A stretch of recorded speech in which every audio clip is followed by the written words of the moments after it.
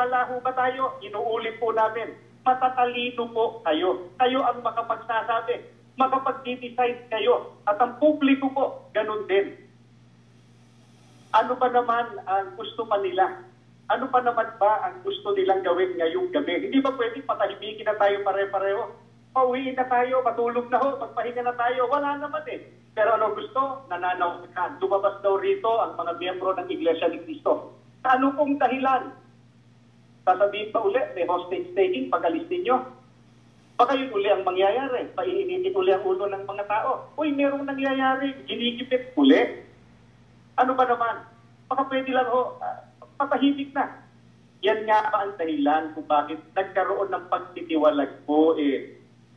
Sapagkat walang lugar sa Iglesia ni Cristo po yung ayaw sumunod sa aral ng Biblia tungkol sa pagsasabi ng katotohanan.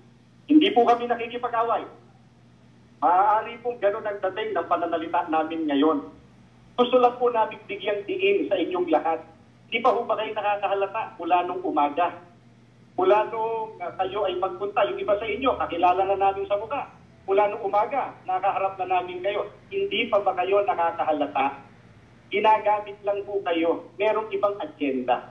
Meron pong ibang agenda. Kaya kung ano yung agenda ngayon, sila lang po nakakaalam.